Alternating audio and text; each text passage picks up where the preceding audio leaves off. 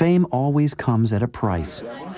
Behind the scenes, Laverne Shirley wasn't all fun and games. Welcome to MsMojo, and today we're counting down our picks for the on-screen TV besties who either fell out or had to hide their real-life tension once the cameras started rolling. Hey Maggie, what are you doing? Not too much. Just this thing that I really love to do called press. Number 20. Suzanne Somers, John Ritter, and Joyce DeWitt. Three's Company. This is one roommate situation that got complicated on screen and off.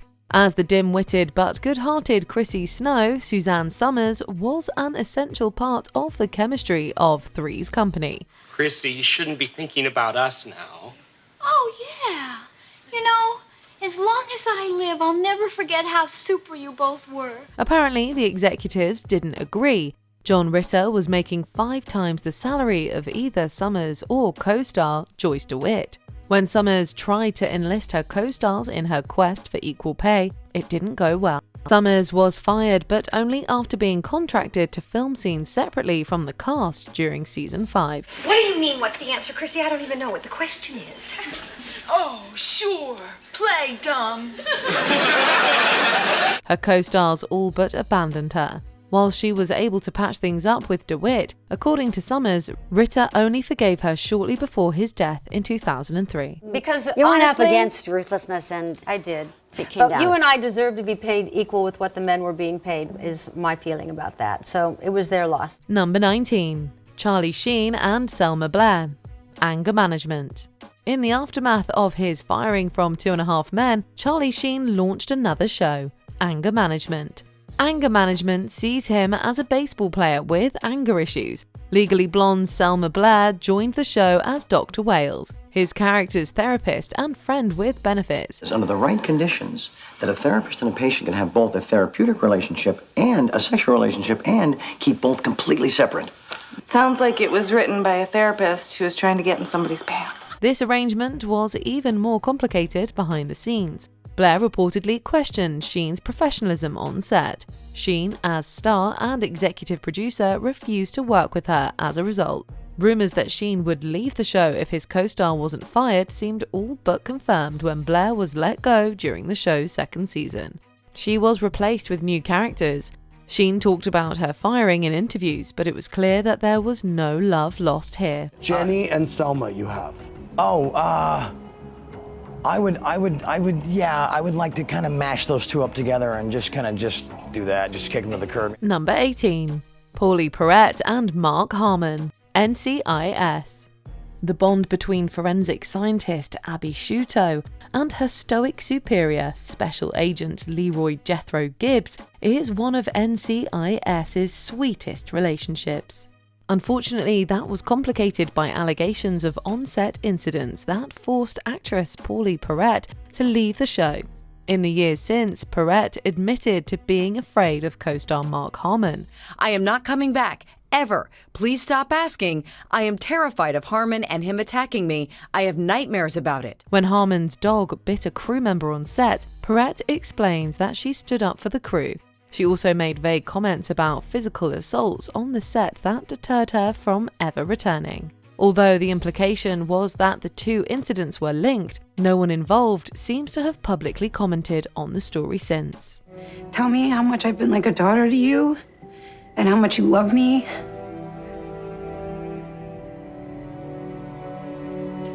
Will that help?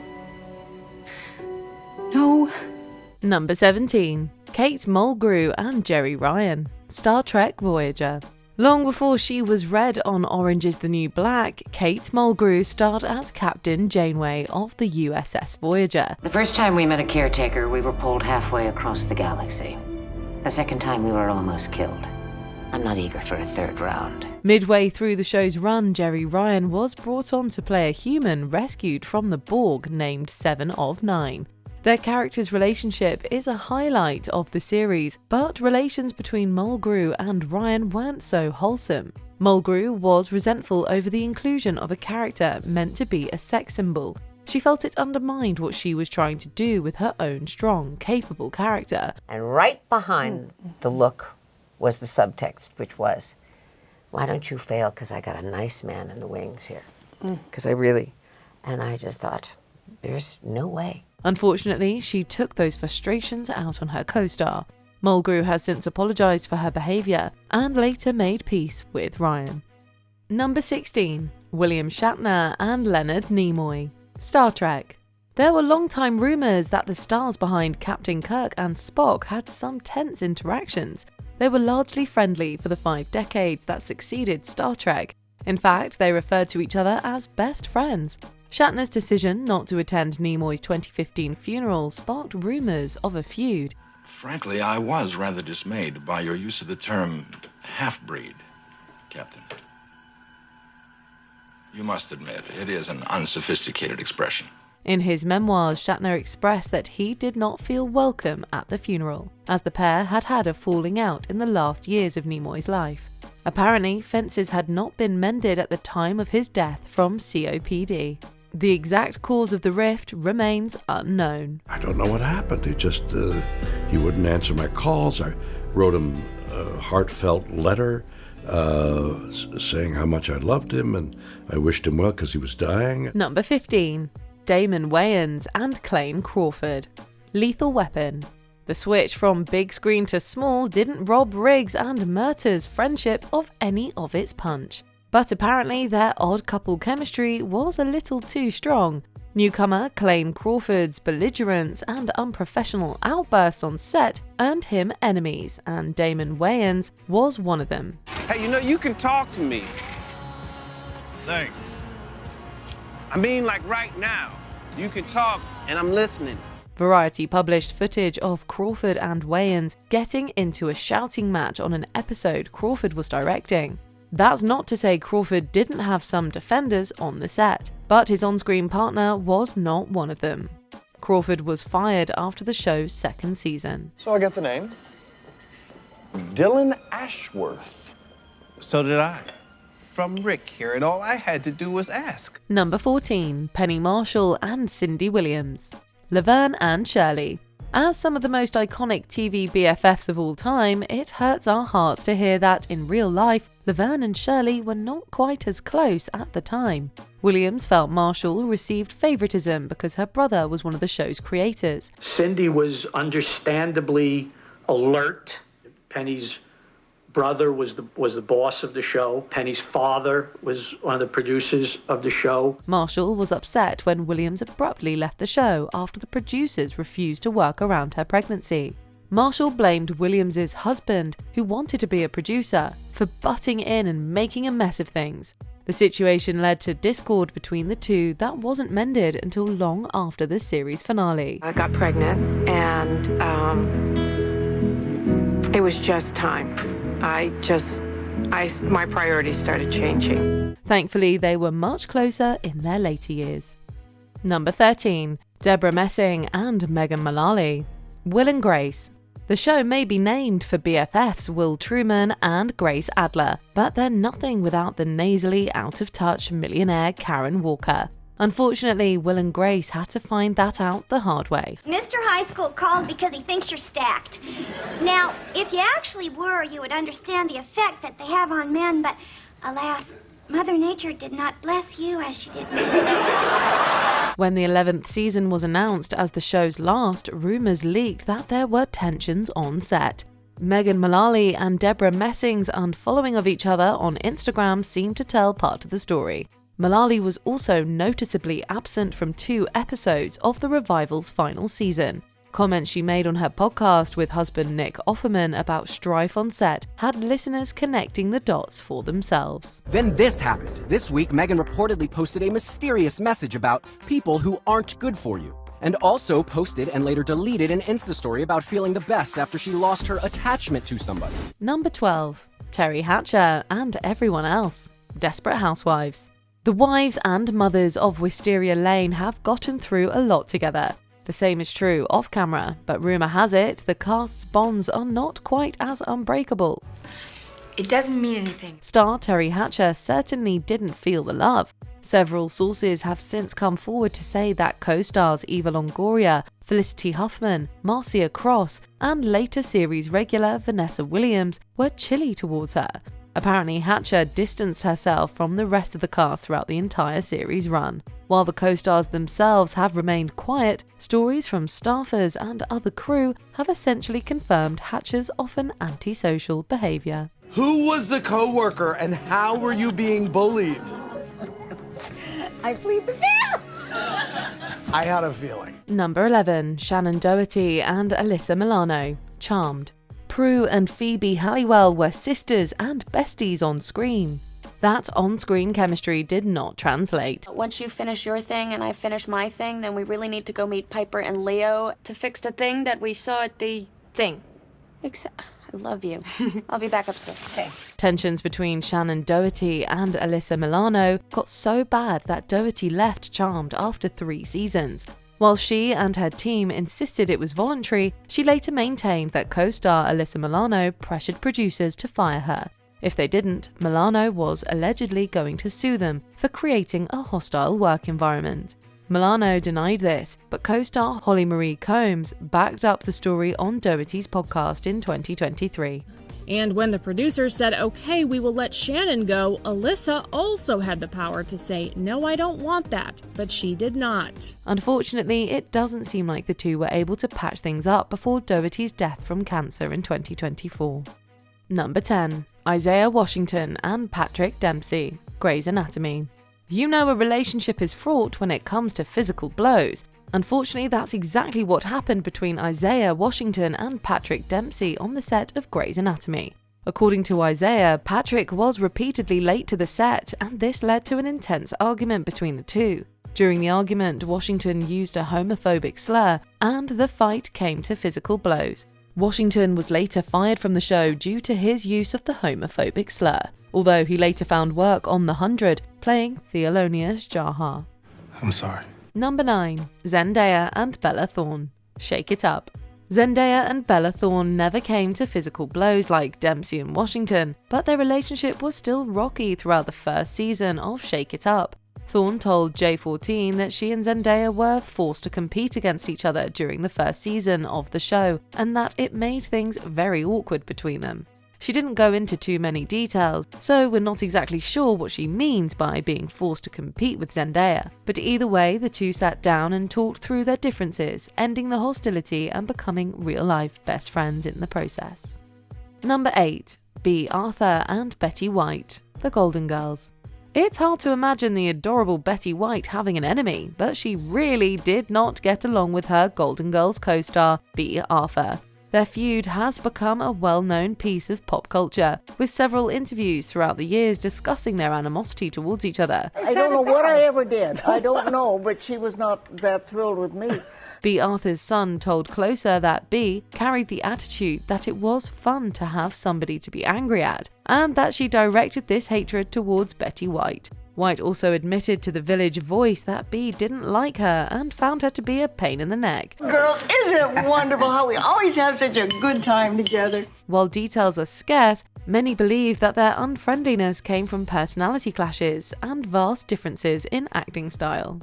Number 7. Juliana Margulies and Archie Punjabi. The Good Wife. About midway into The Good Wife's run, a strange thing started happening. Best friends, Kalinda and Alicia, weren't spending time together. And when it came time to film Kalinda's final scene with Alicia, the showmakers were forced to use visual effects trickery to make it appear like they were standing in the same room. Clearly something had gone on behind the scenes. Juliana Margulies and Archie Punjabi were no longer acting together. I don't want mess. What mess? Alicia, I haven't changed. Critics brought this up to Punjabi at a Television Critics Association conference, but she only gave a vague response, saying that she wanted the drama that occurred on set to stay on set. We can respect that decision, but still, it's frustrating not knowing the deets. Well, thank you, jurors. That ends your service. We will reconvene on Friday for sentencing. Good night. Number 6. Ariana Grande and Jeanette McCurdy. Sam and Cat. It's amazing what money can do to a friendship. Sam and Cat collapsed in 2014 after Jeanette McCurdy realized that Ariana Grande was being paid much more than she was, despite being a co-lead. When people are telling you, this person hates you, then you're just like, ah, I hate you too, and you go kind of like crazy. The series was put on hiatus, and McCurdy tried renegotiating her contract, but the entire thing itself fell apart when Nickelodeon cancelled the series. Later, Jeanette wrote a scathing essay about toxic friendships, and many readers assumed that the essay was aimed at Ariana. Jeanette went on to release a web series called What's Next for Sarah, which featured the ditzy, self-centered Gloriana, who bore a striking resemblance to Ariana Grande. So, how have you been? What have you been up to now that your show's been canceled? That's a super bummer, right? Most viewers connected those dots. Number 5. Lea Michele and Naya Rivera. Glee. From the sounds of things, Glee was just as dramatic behind the camera as it was in front. You are short, you are awful, and that is never gonna change. Rumours of a feud between Lea Michele and Naya Rivera have persisted on the internet, leading Naya to address them in her autobiography, Sorry Not Sorry. She admits that their friendship broke down throughout the series, mostly because Lea didn't like sharing the spotlight. You felt like she was unprofessional. Definitely. On the set. Definitely. As you may remember, Santana became much more pronounced and important in the later seasons of the show. She also stated that Lea had trouble digesting criticism and assumed Naya was bitching about her. It all culminated in a messy working relationship during season 6, as Lea refused to talk to Naya off-screen. This is crazy, we're friends! Not really. Number 4. Blake Lively and Leighton Meester. Gossip Girl. According to the show's executive producer and writer Joshua Safran, Blake Lively and Leighton Meester were never friends. In his opinion, their personalities were just too different, as Blake was lively and personable, whereas Leighton was quiet and reserved. And while they never fought or got into heated arguments, they were never particularly close, despite their on-screen interactions. In Safran's own words, Blake and Leighton were not friends. No one's gonna believe that. What, that? While a source later told Perez Hilton that Blake and Leighton did not speak and continued to stay as far away from each other as possible.